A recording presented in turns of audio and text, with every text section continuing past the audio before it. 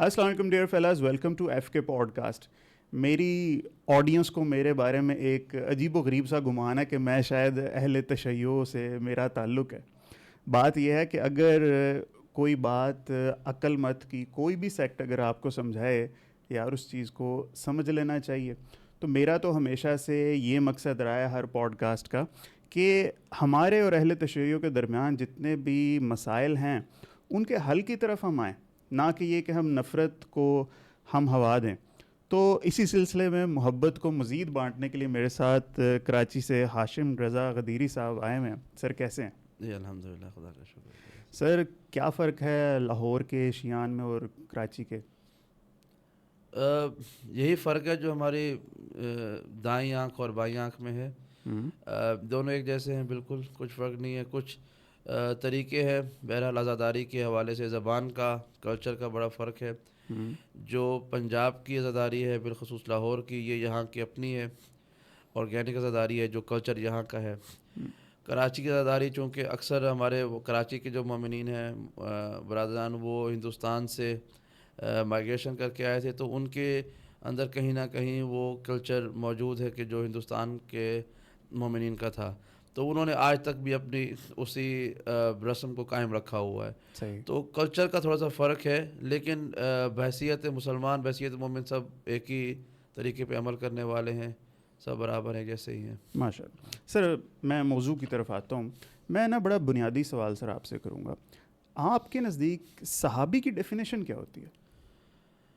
صحابی رسول وہ شخص ہوتا ہے کہ جو حالت ایمان میں رسالت مآب صلی اللہ علیہ وآلہ وسلم سے ملاقات کرے اور اپنی آخری وقت تک، آخری سانس تک حالت ایمان پر باقی رہے. ٹھیک. یعنی جس نے رسول خدا کو دیکھا حالت ایمان میں، ان کی صحبت اختیار کی، اور جب وہ شخص خود مرا، رسالت مآب کی وفات کی بات نہیں، جب وہ شخص خود مرا، دنیا سے گیا، تو اس وقت بھی وہ ایمان پر باقی رہا ہو، اس کا کوئی قول، کوئی فعل ایسا نہ ہو کہ جو اسے بالواسطہ یا بلا واسطہ اسلام سے خارج کر دے. یہ ہمارے یہاں صحابی کی تعریف ہے. ٹھیک ہے.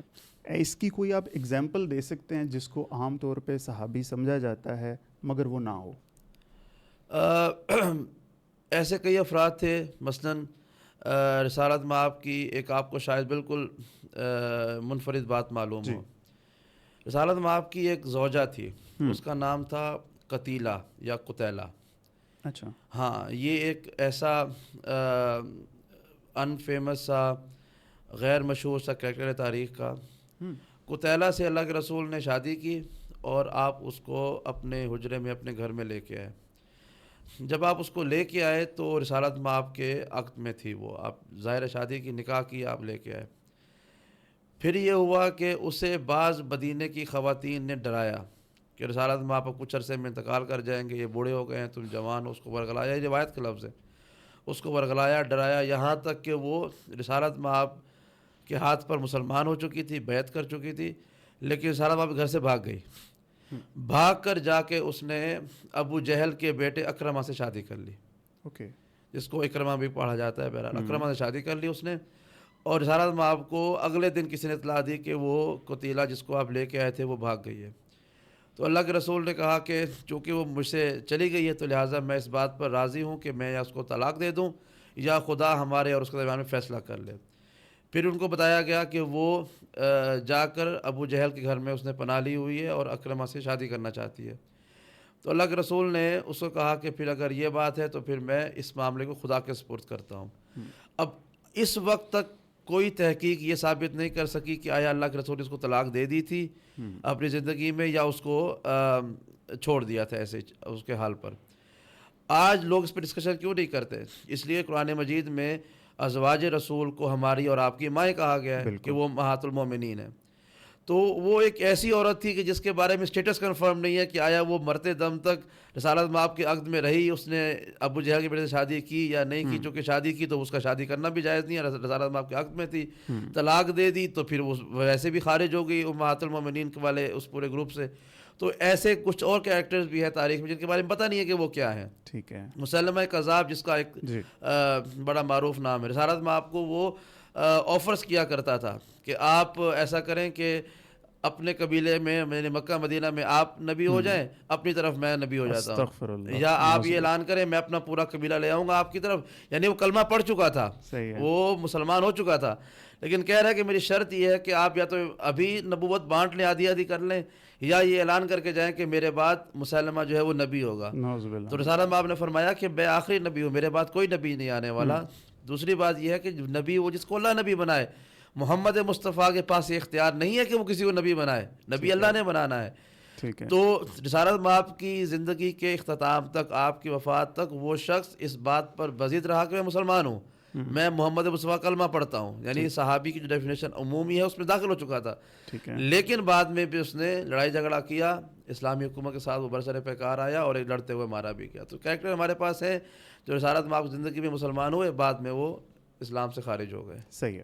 اچھا, اب جن صحابہ کرام کی وجہ سے اہل تشیع پہ اعتراضات کیے جاتے ہیں وہ آپ کی ڈیفینیشن سے ہر لحاظ سے صحابی کہلا رہے ہیں. جی مطلب مراد میرا جو ہے خلفائے راشدین, ان سے میرا ہے جی کہ حضرت ابوبکر صدیق, حضرت عمر رضی اللہ عنہ, یہ صحابی کی ڈیفینیشن پہ آتے ہیں, تو آپ انہیں صحابی مانتے ہیں؟ ہاں ہاں, صحابی رسول ہونے میں ان میں کوئی شک نہیں ہے. ٹھیک ہے. ہم ان کو جو کرائٹیریا ہمارے پاس صحابی ہونے کا ہے اس پہ پورے اترتے ہیں. ٹھیک ہے. بٹ ایسا کیوں ہے کہ آپ کے ہاں کچھ لوگ صحابی تو چھوڑیں, ان کی تکفیر پہ اترے ہوتے ہیں, ایسا کیوں؟ ایسا نہیں, ہمارے وہ ایک انڈیویجول فیل ہو سکتا ہے, سوری, اٹس اوکے. یہ ایک انڈیویجول فیل ہو سکتا ہے, کسی کی پرسنل اوپینین کسی کا ہو سکتا ہے. ایز اے جمہور ہم شیعہ لوگ جو ہیں وہ تکفیر کے قائل نہیں ہیں. ہم یہ کہتے ہیں کہ چونکہ رسول خدا نے فرما دیا کہ جس نے کلمہ پڑھ لیا وہ مسلمان ہے, تو ہم اس کو مسلمان مانتے ہیں.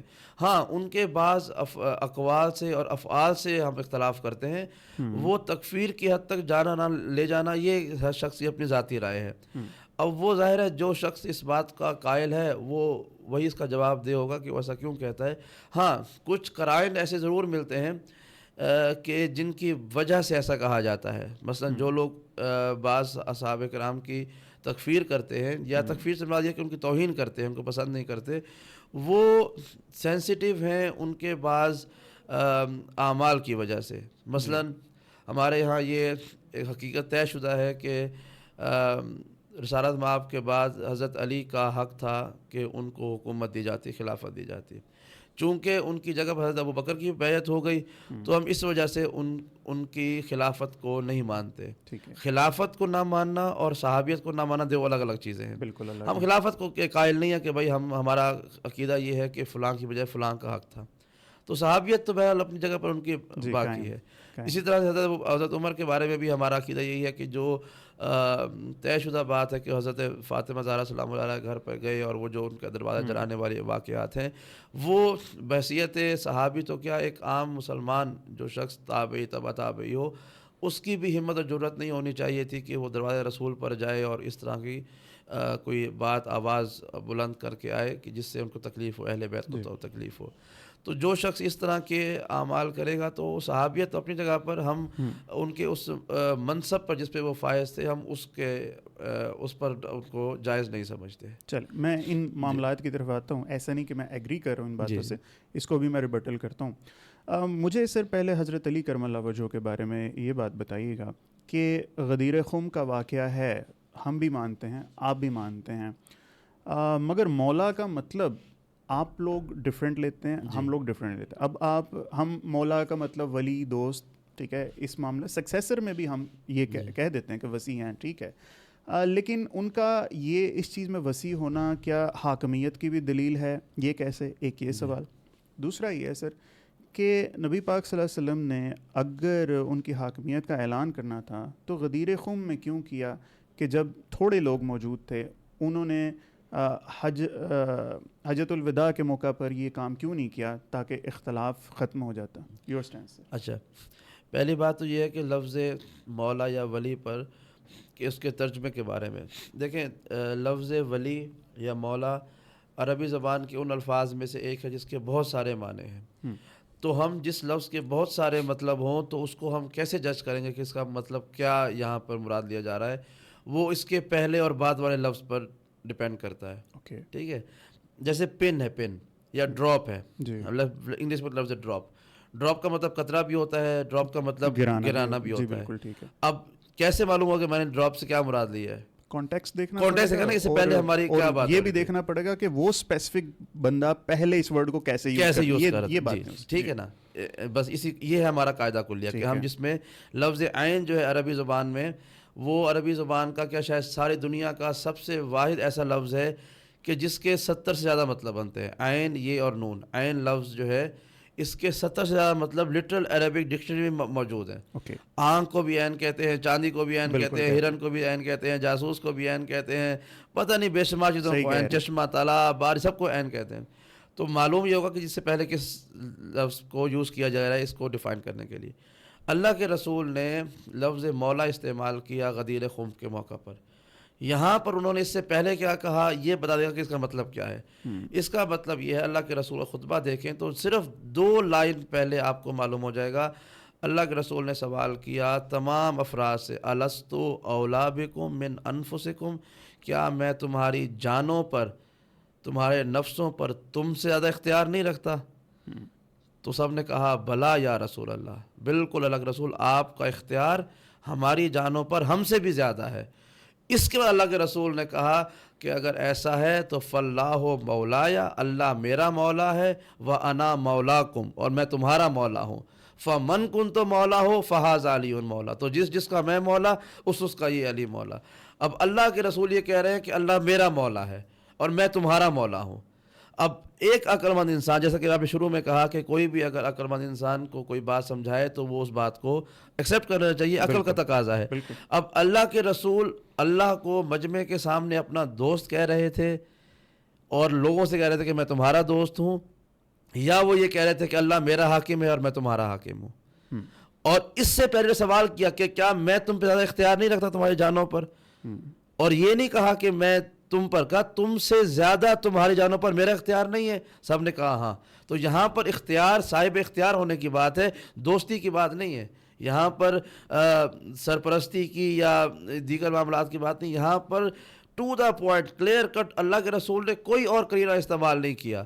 ایک کلیئر بات کی ہے کہ، اور خطبہ غدیر اٹھا کر دیکھیں، اس میں اللہ کے رسول فرما رہے ہیں کہ میں اللہ کا نبی بن کے آیا، میں نے نمازیں پہنچائی، روزے پہنچایا، اس کا پورا دین پہنچایا. اللہ نے مجھے کہا کہ تمہیں بتاؤں کہ عربی کو اجمی پہ فضیلت نہیں ہے، اجمی کو عربی پر فضیلت نہیں ہے، قرآن پڑھو، تقوی اختیار کرو، کر خدا کی بارگاہ میں پیش ہونا ہے. یہ وہ سارے جملے تھے جو بطور نبی آپ زندگی بھر فرماتے رہے ہیں. یعنی جب آپ نے نبوت کا اعلان کیا تو آپ نے یہ نہیں کہا کہ میں تمہارا دوست بن کے آیا ہوں، اللہ کا نبی بن کے آیا ہوں، کل نماز پڑھو، روزہ رکھو. کس کا حکم ہے؟ اللہ کا حکم ہے. یعنی جو کام آپ نے بطور نبی انجام دیے، آپ نے وہ سارے کام گنوائے کہ میں تمہارے ساتھ یہ بھلائیاں کی.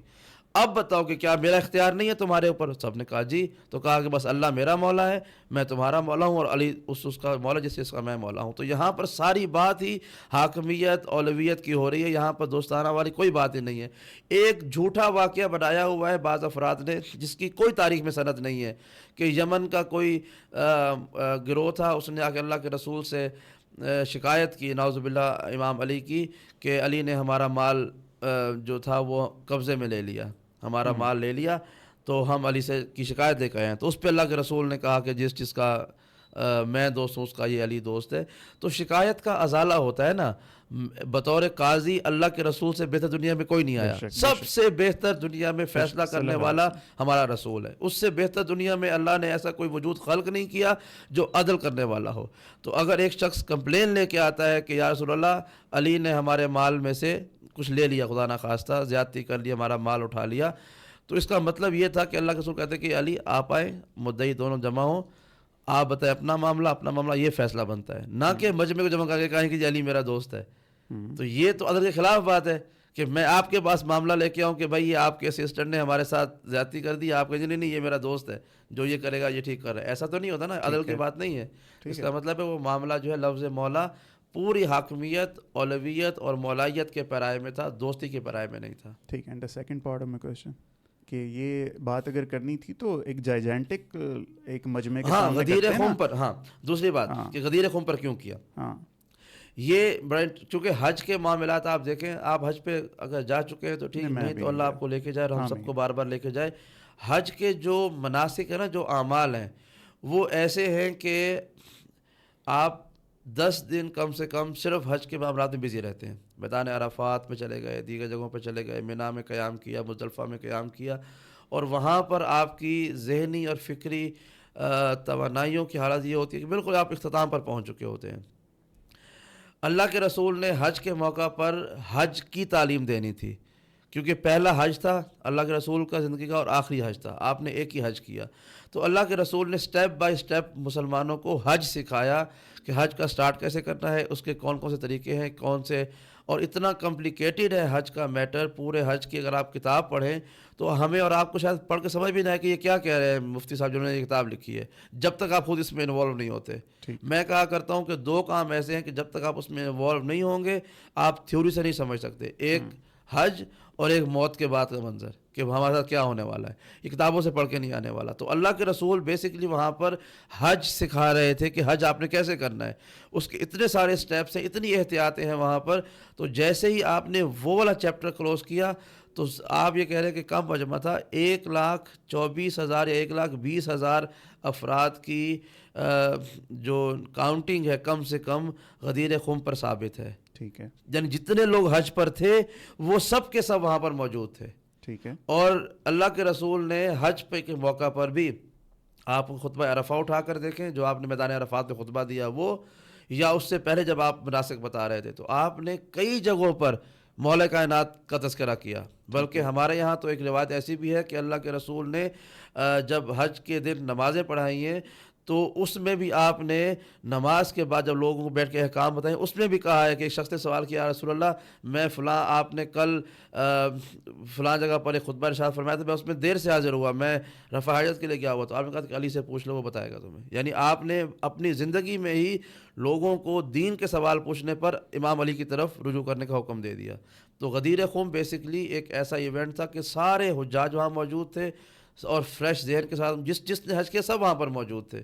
ٹھیک ہے. تو وہ حج کو جیسے ہی حج کی تعلیم ختم کی, آپ نے اس کے بعد امام علی کی خلافت اور ولایت کا اعلان کیا. ٹھیک ہے, اگر یہ اتنا ہی مشہور واقعہ تھا پھر تو سر ثقیفہ کا واقعہ ہونے کا کوئی سوال ہی پیدا نہیں ہونا چاہیے تھا. ٹھیک ہے. اب یہ تو پھر پاسبل نہیں کہ جن صحابہ سے آپ کو اعتراض ہو ان کے کان میں بات نہ پڑی ہو. ٹھیک ہے, یا جو ثقیفہ میں جتنے بھی آئے وہ سارے کے سارے آپ لوگوں کے لیے پھر غیر معتبر یا پھر ناقابل ذکر, وہ سب کے سب لوگ آپ کے ہونے چاہیے. تو یہ واقعی پھر کیوں ہو رہا ہے؟ اگر یہ اتنا ہی مشہور واقعہ تھا تو یہ اختلاف ہی کیوں ہوا؟ دیکھیں غدیر خم کے حوالے سے خود حضرت عمر کا وہ جملہ, جب اللہ کے رسول نے امام علی کے بارے میں یہ کہا من کنت مولا فاز علی اور مولا, وہ تو خوش ہوئے تھے اس کے بعد ہاں یہی جملہ کہہ رہا ہوں. اس کے بعد عمر نے ان افراد میں سے جنہوں نے بلند آواز سے اس پر خوشی کا اظہار کیا تھا, ٹھیک ہے, اور جو جملہ انہوں نے کہا وہ تاریخ میں کسی اور نے نہیں کہا.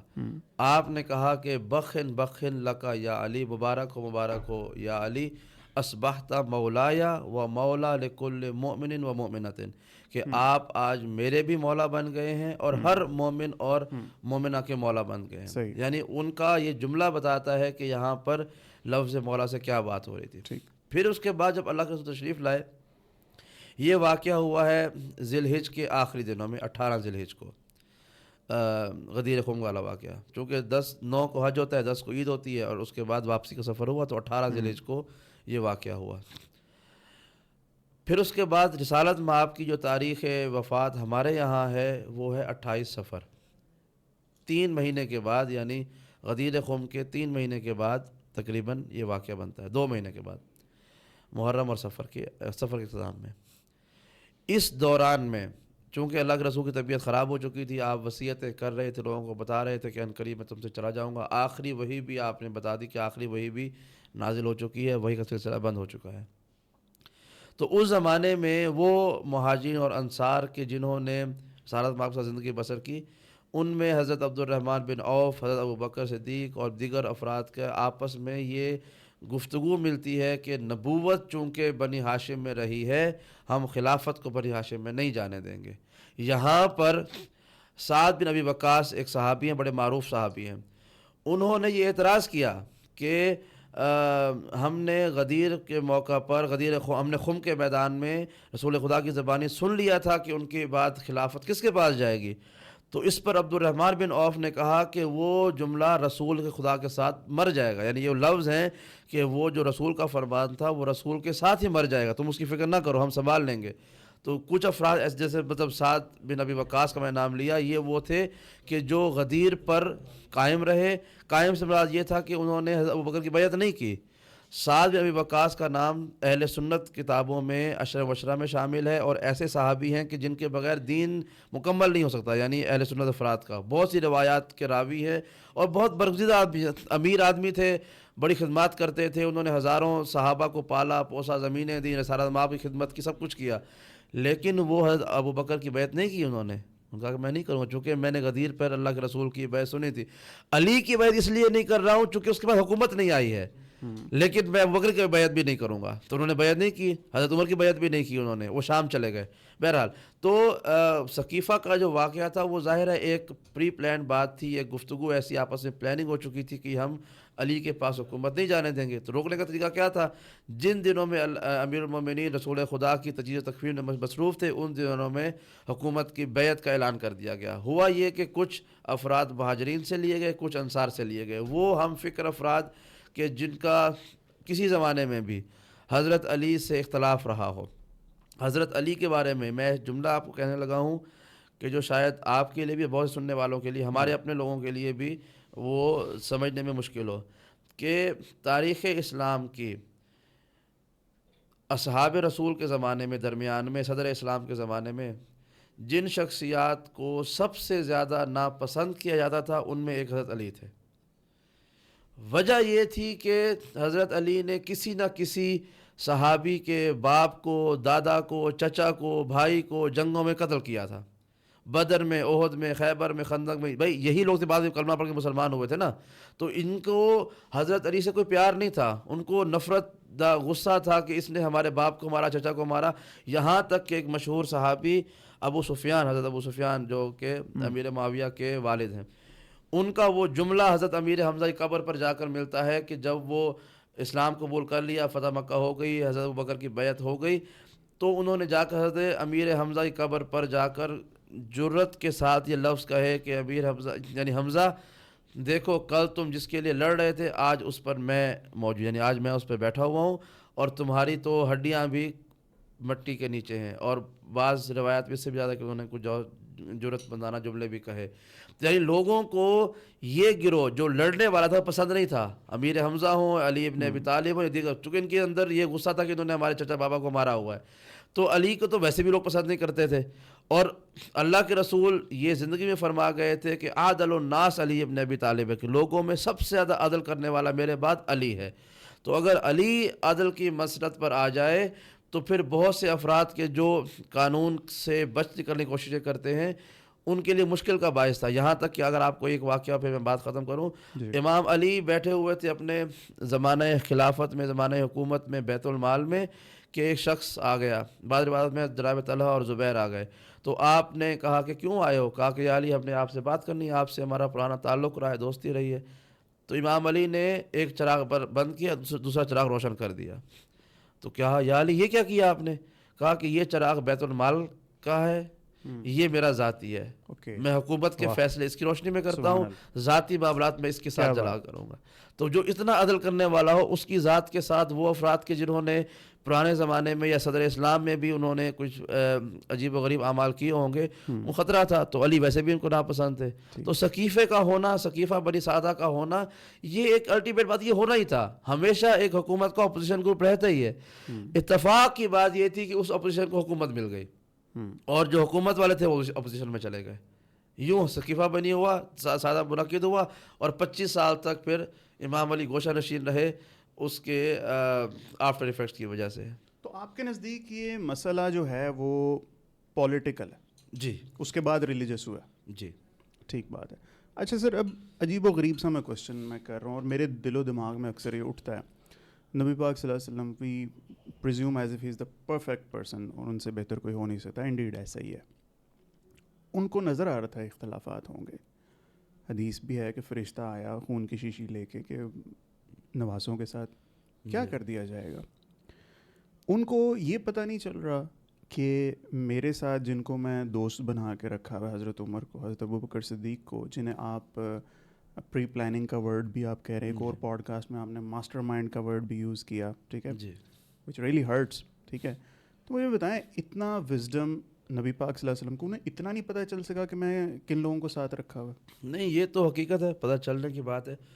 ہمارے یہاں ایک حکم ہے شریعت کا، جب تک کوئی مجرم جرم نہ کر لے نا، اس کی سزا نہیں دی جا سکتی. مجھے پتہ چل جائے کہ ہمارے ساتھ ایک شخص بیٹھا ہوا ہے، اس کے ہاتھ میں گن ہے اور یہ مجھ پہ حملہ کرے گا، تو میں اس بیس پہ اسے قتل نہیں کر سکتا ہوں کہ بھئی یہ خود قتل کرنے والا تھا، جب تک وہ خود اٹیمپٹ نہ کر لے اس کو. ٹھیک ہے. اللہ تو سب سے زیادہ غیب کا جاننے والا ہے نا، خالق الغیب ہے، اس نے ہر چیز کو خلق کیا ہے. تو اسی سوال کو ہم اگر لفظ بدل دیں تو کیا اللہ کو علم نہیں تھا کہ میں ابلیس کو حکم دے رہا ہوں سجدہ کرنے کا، یہ سجدہ نہیں کرے گا؟ اللہ کو تو ہے نا، اللہ کو تو ہے. اللہ نے پھر بھی یہ کام کیا. ٹھیک ہے.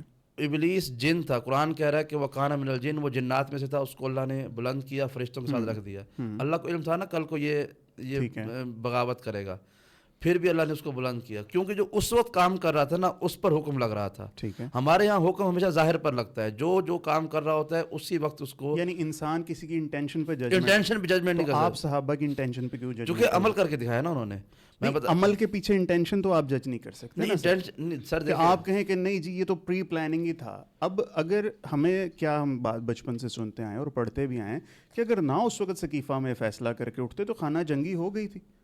ٹھیک ہے، پھر تو کبھی سنبھالا ہی نہیں تھا جانا کچھ بھی. میں آپ کو ایک مثال دوں، میں انڈیا گیا 3-4 دفعہ مجالس وغیرہ کی ہوتی دیگر سلسلوں میں. میں وہاں پہ جاتا ہوں تو ان سے میں نے پوچھا کہ بھائی 1965 کی جو وار ہوئی تھی پاکستان کے ساتھ کیا بنا؟ انہوں نے کہا بھی ہم نے تو پاکستان کو اتنا مارا کہ پاکستانی بھاگ گئے اور یہ کر دیا اور وہ کر دیا. سچ ہے. اچھا، ہم پاکستان میں پڑھتے ہیں آ کے، ہم نے بچپن میں پڑھا پاکستان میں، میں نے میٹرک پاکستان سے کیا تھا، لاہور سے کیا تھا. میں نے جب یہاں پہ پڑھا تو کہہ رہے ہم نے انڈیا کو اتنا مارا کہ انڈیا والے جو ہے دم دبا کے بھاگ گئے اور ہمارے ایک فوجی نے اتنے جہاز گرا دیے سب کو. ہر شخص اپنی ورژن آف دا سٹوری میں اپنے آپ کو جسٹیفائی کرتا ہے، ہیرو ہے، اور یہ کہتا ہے کہ میں جسٹیفائی کر سکتا ہوں میں نے کیا کام کیا، غلط بھی کیا تو کیوں کیا. ٹھیک ہے. یہ جو ہمارے یہاں کہانی بتائی جاتی ہے کہ اگر ثقیفہ نہ ہوتا تو خانہ جنگی ہو جاتی، خانہ جنگی کس کے درمیان میں ہوتی؟ بھائی دو کا جن کے ساتھ ہو رہا تھا وہ مدینہ والے کہتے تھے کہ ہمیں ملنی چاہیے، مہاجرین اور انصار کے درمیان. ٹھیک ہے. ابھی میں آپ کسی بات پہ روک لوں، اللہ کے رسول کی حدیث ہمارے یہاں تو نہیں، آپ کے یہاں ملتی ہے کہ میرے صحابی سب ستارے کی مانند ہیں، تم جس کی چاہو اقتدا کر لو کامیاب ہو جاؤ گے. میری نظر سے نہیں گزری. ایک بڑی معتبر حدیث ہے، سننے والے آپ کے یقیناً جانتے ہیں، علماء یقیناً آپ کو سنتے ہیں، وہ سب جانتے ہیں کہ صحابی کا نجوم میرے صحابی جیسے ستاروں کی مانند ہیں، جس کا چاہو اقتدا کر لو تم کامیاب ہو جاؤ گے. تو یہاں پہ تو رسالت باپ کی بھی آنکھ بند ہوئی ہے اور 2 گروہ خانہ جنگی پہ اتر آئے ہیں. یہ بتایا گیا ہمیں، ایسا نہیں تھا، ایسی کوئی بات نہیں، خانہ جنگی نہیں تھی، نہ کوئی ایسے معاملات بنے ہوئے تھے. اور پھر اللہ کے رسول کی آپ سمجھتے ہیں کہ 23 برس کی نبوی زندگی کا حاصل یہ تھا کہ 2 لوگ بھی ان کی بات ماننے کو تیار نہیں تھے، خانہ جنگی پہ اتر آئے تھے، وہ لڑنے بیڑنے کو تیار ہو گئے تھے. اگر یہ روایتیں جو ہمیں بچپن سے سکھائی گئیں، اہل سنت عوام کو بتائی گئیں کہ میرے بعد کوئی نبی ہوتا تو عمر ہوتا، ابو بکر میرے بعد سب سے افضل ہے، اور اس طرح کے ابھی آپ دیکھیں آپ ملیں گے سب اس بات پر بھائی ڈبیٹ ہو چکی ہے کہ رسول خدا کے بعد سب سے افضل کون ہے. ہمارا ایک مناظرہ اس پہ ہو چکا ہے. اہل سنت کا موقف ہے کہ حضرت ابو بکر ہے، ہمارا موقف ہے کہ امام علی ہے. اس پہ ڈبیٹ. تو اگر حضرت ابو بکر کے بارے میں پھر روایات موجود ہیں کہ ابو بکر جو ہے وہ سب سے افضل ہے، تو اگر یہ بات اسٹیبلش تھی اس زمانے میں بھی کہ میرے پاس سب سے افضل ابو بکر ہے، نبی ہوتا تو عمر ہوتا، تو پھر لڑائی کس بات پہ ہو رہی تھی؟ پھر تو حضرت ابو بکر کی بیعت بغیر کسی پرابلم کے ہو جانی چاہیے تھی کہ سب سے افضل یہ ہے. اس کا مطلب ہے کہ وہاں پر یہ بات اسٹیبلش نہیں تھی. مہاجرین کہتے تھے ہمارا حق ہے، انصار کہتے تھے ہمارا حق ہے. تو اور جن کا حق تھا وہ اللہ کے رسول کے معاملات میں بزی تھے، ان کو غسل و کفن دفن ان معاملات میں موجود تھے. تو انٹینشن پر ہم بات نہیں کر رہے، ہم یہ کہتے ہیں کہ آپ کا عمل آپ کی نیت کو بتا دیتا ہے کہ آپ نے عمل کیا تو کس نیت کے ذریعے کیا ہوگا. خانہ جنگی والا چیپٹر تو ہے ہی نہیں نا، یہ تو ایک ایسی ایک بات ہے کہ لڑائی ہو جاتی. اللہ کے رسول 23 برسوں میں 2 لوگوں کی طبیعت نہیں نعوذ باللہ کر سکے کہ میرے پاس لڑنا نہیں ہے. اللہ کے رسول نے کہہ دیا تھا کہ میں تمہارے درمیان میں 2 چیزیں چھوڑ کے جا رہا ہوں، میری اللہ کی کتاب اور میری اہل بیت. یہ صحیح بخاری اور مسلم کے اندر موجود ہے، یہ روایت ہمارے یہاں بھی موجود ہے. انی تارک فیکم ثقلین کتاب اللہ و عطرتی اہل بیتی، میری اہل بیت اور اللہ کی کتاب. جو ان سے تمسک رکھے گا گمراہ نہیں ہوگا. تو اس کا مطلب ہے کہ ان لوگوں نے ان دونوں کو چھوڑ دیا تھا, قرآن کو بھی اور اہل بیت کو بھی, کہ لڑنے بھیڑنے پر آ گئے تھے. کوئی اس میں کوئی دو رائے نہیں ہے, بالکل ہمارے یہاں یہ چیز ہے. ہم صرف یہ کہتے ہیں کہ دین اور پالیٹکس یہ دو چیزیں علیحدہ علیحدہ تھیں, ٹھیک ہے. اہل بیت سے ہم دین لیتے ہیں, اس بات سے یہ چیزیں جو جب ثابت کی جاتی ہیں نا کہ اس میں خلافت بھی ہے, وہاں پہ اختلاف ہے. نہیں, سب سے بڑا غلط تصور یہ ہے کہ دین اور سیاست الگ الگ چیزیں, ایسا نہیں ہے. یہ دونوں ایک ہی جگہ پر ہیں. اللہ کے رسول نے جب مدینے میں خلافت حکومت سنبھالی آنے کے بعد, تو انہوں نے مدینے میں کوئی حاکم مقرر نہیں کیا کہ بھائی میں تو نبی ہوں, میرا پولیٹیکل لیڈر کوئی اور بن جائے گا. آپ جہاں پر رہے لیڈر آپ ہی رہے, کیونکہ آپ کا حق ہے. دیکھیں, جس کو اللہ نمائندہ بناتا ہے اپنا, اس کا حق ہے کہ حکومت اس کے پاس جائے. ملے نہ ملے اور بات ہے, لیکن ملنی اسی کو چاہیے. حضرت سلیمان اللہ کے نبی تھے, ان کی بہت بڑی حکومت تھی, نبی بھی تھے اور حاکم وقت بھی تھے. حضرت موسیٰ کے پاس کچھ عرصہ حکومت رہی ہے, تو نبی بھی رہے ہیں, حاکم بھی رہے ہیں. جناب یوسف نبی بھی تھے, حاکم بھی تھے. اس کا مطلب یہ ہے کہ حق نبی کا ہوتا ہے, یا جس کو اللہ بنا اسی کا حق ہوتا ہے کہ وہ نبی بھی ہو اور حاکم وقت بھی ہو. ابھی آپ نے کہا نا کہ ادھر ان لوگوں نے کوئی سٹوری سنی ہوئی ہے, انڈیا والوں نے, ہم نے کچھ اور سنی ہوئی ہے. تو ہسٹری کے تو ملٹیپل ورژن ہوتے ہیں, ٹھیک ہے. اب آپ نے جو کچھ یہ سارا سمجھا ہوا ہے, جو مجھے پتہ ہے, وہ سلیم بن قیس الہلالی کی ایک ہی کتاب ہے, اس کے اندر یہ ساری کی ساری باتیں جو ہیں لکھی ہوئی ہیں, حضرت عمر کا بھی واقعہ زارا کا زارا, ٹھیک ہے. وہ کتاب بھی کوئی معتبر کتاب نہیں ہے سر, ہے نا. تو آپ کیوں ایک ہی ہسٹری کے ورژن کو لے کے بیٹھے ہوئے ہیں؟ ملٹیپل ہمارے ہاں بھی جو تھے سر, اب دیکھیں نا, جتنے ہمارے ہسٹورین تھے وہ بے دین مرنے کے شوق تھے, ایسی بات تو نہیں ہے, ٹھیک ہے. انہوں نے بھی محنت کیا, آپ کے یہاں بھی بہت محنت کی ہے لوگوں نے, تو کیوں نہیں ہم سر اعتدال سے کام لیتے؟ آپ کیوں پارٹی بازی کیوں کر رہے ہیں؟ نہیں, پارٹی بازی that's fine. ہاں, پارٹی ہے ہماری, ہم اہل بیت کی پارٹی میں ہیں, حقیقت سی بات ہے, اس میں ہمیں کوئی دو رائے نہیں ہے, چاہے اس کا کوئی بھی رزلٹ نکلے. ہم اہل بیت کی پارٹی میں ہیں, جہاں پہ اہل بیت ہے ہم اس طرف ہیں, چاہے وہ حکومت میں ہے چاہے وہ اپوزیشن میں ہے. بات یہ ہے کہ کتاب سلیم بن قیس پر تو شاید چند لوگ ریلائی کرتے ہوں گے جن کا اور مطالعہ نہیں ہے. میں آپ کو ظاہر اس وقت فی الفور میرے پاس حوالہ جات نہیں ہے, لیکن میں ابھی, آپ بریک لیں, میں ابھی آپ کو حوالہ اہل سنت کتابوں میں سے جو بھی میں نے اب تک بات کی ہے, آپ بعد میں دے دیجیے, میں آپ کو حدیث غدیر ہو یا حضرت عمر کا بیوی کے دروازے پر آ کر دروازے پر جو, وہ سب وہیں کی نقل کی. نہیں, ایک جگہ سے ایک جگہ سے لے کے میں 100 جگہ لکھ دوں تو وہ 100 جگہ نہیں ہوتی, وہ ایک ہی ہے. ایسی ہے, بٹ اہل سنت کے علماء نے تو نقل کیا نا, اہل سنت کے علماء آج تک نقل کر رہے ہیں. یعنی اس صدی کے عالم دین سے بھی میں لے کر پرانے تاریخ تبری تک آپ کو دکھا سکتا ہوں کہ جیسا بھی آپ نے کہا کہ بے دین مرنے کا شوق نہیں ہوتا, تو جس میں ذرا سا بھی دین کا خوف تھا نا, اس نے باتوں کو لکھا ہے کہ میں یہ نقل کر رہا ہوں, باقی لوگ جانتے رہے, چونکہ ان کو معلوم تھا. دیکھیں اتنی تواتر کے ساتھ لکھے ہوئے سے تو سر, سوری ٹو انٹروین, لکھے ہوئے سے تو ہم بھی انکار نہیں کریں کہ لکھا ہوا ٹھیک ہے کہ نہیں, اس پہ ایگزیکٹلی. اب بات یہ ہے کہ کسی نے تو ٹھیک لکھا ہوگا نا, ریسرچ کی ہوگی. ہاں, تو یہی تو بات ہے. آپ کیوں کہہ رہے ہیں کہ ہم نہیں ٹھیک لکھا, تم نے نہیں ٹھیک لکھا؟ بھائی, آپ کی کتابوں میں ہماری کتاب سے ایک چیز لے کے لکھی گئی. سلیم بن قیس اگر ہماری کتاب ہے تو اس کو شبلی نعمانی نے بھی لکھ دیا.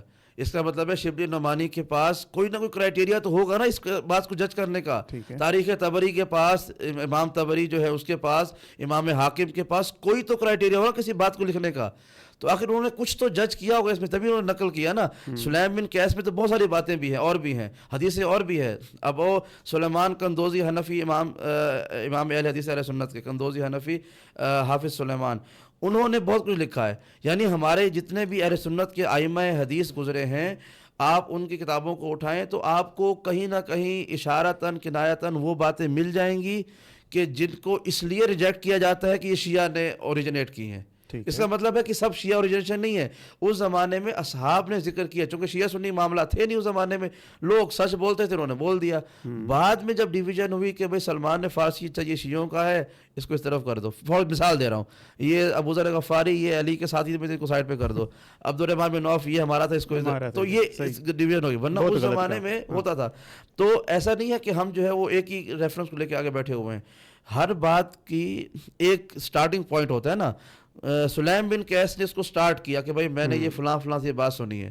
اب اگر میں آپ کو یہ کہہ کے جا رہا ہوں, فار ایگزامپل میں یہ کہہ رہا ہوں ہاشم غدیری کا قول ہے کہ علی اللہ کے رسول کے بلا فصل خلیفہ ہیں, ٹھیک ہے. اب آپ جو ہیں وہ فہد کھوکر صاحب, اب آپ ریسرچ کچھ تو کریں گے نا اس بات کو کوٹ کرنے سے پہلے.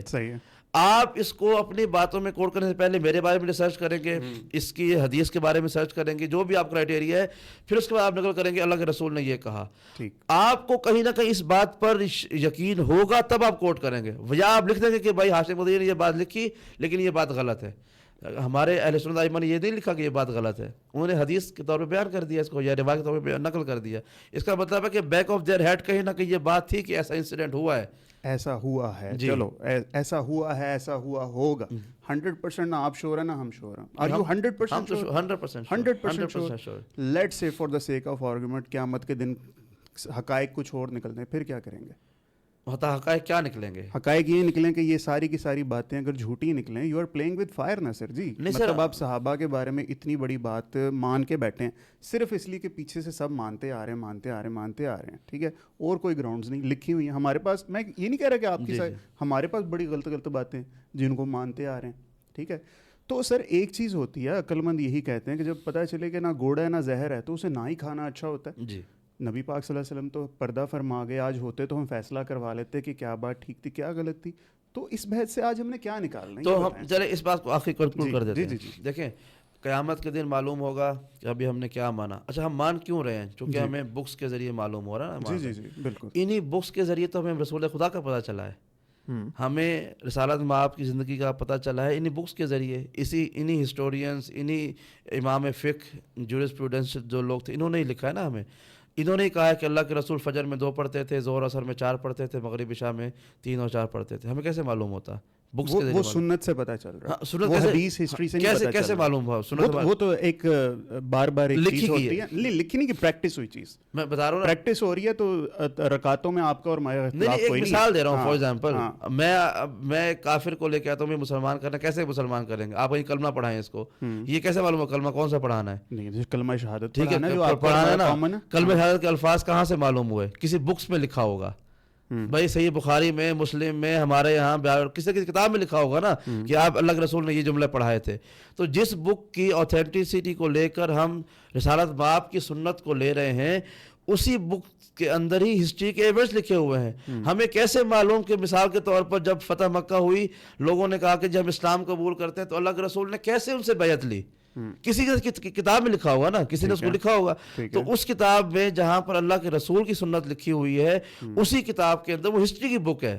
وہ رسالت مآب نے خود کوئی کتاب نہیں لکھی, دیکھی گئی, لوگوں نے لکھ لیا. تو اسی طرح کی کتابوں میں یہ بھی لکھا ہوا کہ ان کے بعد کیا ہوا. تو ہم نے صحابہ سے بھی دین لینا ہے نا. ہمارا 100% رسول خدا سے آیا ہے, لیکن ہم نے خود نہیں دیکھا, اللہ رسول نے خود نہیں لکھا, اصحاب نے دیکھا, اہل بیت نے دیکھا, انہوں نے آگے کسی کو بتایا. آپ کو پتہ ہے 150 سال تک رسالت مآب کی احادیث کو لکھنے پر پابندی تھی. 60 ہجری میں تو موتا آ گئی تھی, 150 سال کہاں سے؟ رسالت مآب کی ولادت سے لے کر 60 ہجری میں کہا, یہ 61 میں تو کربلا برپا ہوئی ہے بھائی. 61 ہجری میں کربلا برپا ہوئی ہے. میں 30 سال بعد. ہاں, رسالت میں بتا رہا ہوں آپ کو. حضرت ابو حنیفہ جو ہیں وہ 75 ہجری میں پیدا ہوتے ہیں, ٹھیک ہے, اور 150 ہجری میں ان کا انتقال ہوتا ہے جا کے.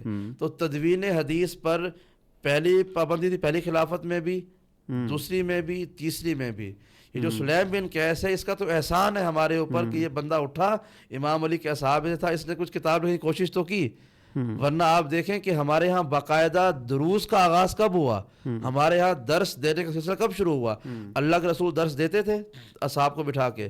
حضرت ابو بکر کی زندگی میں آپ کو چیلنج کر رہا ہوں, آپ ایک درس نہیں بتا سکتے کہ جس پہ انہوں نے کہا کہ آؤ میں تمہیں مثال سورہ فاتحہ کی تفسیر بتاؤں. ایک آیت کی تفسیر آپ کو ان سے نہیں ملے گی. ٹھیک ہے, حضرت عمر سے بھی, حضرت عثمان سے بھی. میں غیر ذمہ دار شخص نہیں ہوں, میں آپ کے سامنے ایک انتہائی معتبر شخص کے سامنے مین اسٹریم میڈیا پر ایک بہت بڑی بات کر رہا ہوں کہ آپ ہسٹری کی کتابیں اٹھائیں. میں آؤں گا واپس اگلے سال محرم میں, تو آپ دوبارہ مجھے بلائیے گا. آپ کہیے کہ آپ نے جواب دے دیا, ٹھیک ہے. آپ اپنے علماء سے پوچھ کے بتائیں کہ حضرت ابو بکر نے یا حضرت عمر نے یا حضرت عثمان نے اپنی خلافت کے زمانے میں اصحاب کو جمع کر کے کوئی درس تفسیر یا درس حدیث دیا ہو. کنہوں نے؟ پہلے 3 خلفائے راشدین نے. اچھا, ان سے انہوں نے کہا ہو کہ آؤ بھائی تم قرآن کا حدیث لے کے آؤ, ہم تمہیں تفسیر سکھاتے ہیں.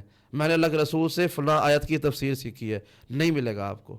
اچھا, حضرت علی وہ پہلے شخص تھے جنہوں نے مسجد نبوی میں حضرت عمر کے زمانے میں رمضان میں درس دینا شروع کیا جسے تراویح کی وجہ سے بند کر دیا اس گیا. سے پوائنٹ کیا پروف کرنا چاہ رہے ہیں؟ میں پوائنٹ یہ پروف کرنا چاہ رہا ہوں کہ ہمارے یہاں احادیث کا سلسلہ، رسول خدا کی سنت کو آگے بڑھانے کا سلسلہ پہلے 25 سالوں میں تو ہوا ہی نہیں ہے. ٹھیک ہے، امام علی نے اس کو احیا کیا کوفے میں، وہ بھی. ٹھیک ہے. تو ہمارے پاس جو کچھ ملے گا بھائی وہ اس عرصے کے بعد کا ملے گا. تو کوئی نہ کوئی ہسٹورین، کوئی نہ کوئی امام حدیث اس میں وہ بھی لے کے آئے گا نا. جو چیزیں بعد میں کلیکٹ ہو رہی ہیں نا، وہ بالمعنی ہے، بالالفاظ نہیں ہے. یہ تو بات ایگری کریں گے، ٹھیک ہے. تو پھر اس موقع پہ بھی ہم مولا کا مطلب لیتے ہیں، ہو سکتا ہے کوئی اور ورڈ ہو، معنی کا ہم دیکھیں گے کہ بھائی کیا. میں نے آپ کو بتا دیا نا کہ اس کا پہلا کانٹیکسٹ سے بات ہو رہی ہے. اپنے فرائض نبوت کا وہ بتا رہے کہ میں نے تم پر یہ اللہ کے کام پہنچا دیے ہیں، اللہ میرا مولا ہے، میں تمہارا مولا ہوں. صحیح ہے. تو اللہ تو دوست کے معنی میں نہیں آئے گا نا. رسول خدا اصحاب کے دوست تھوڑی تھے، ان کے مولا تھے.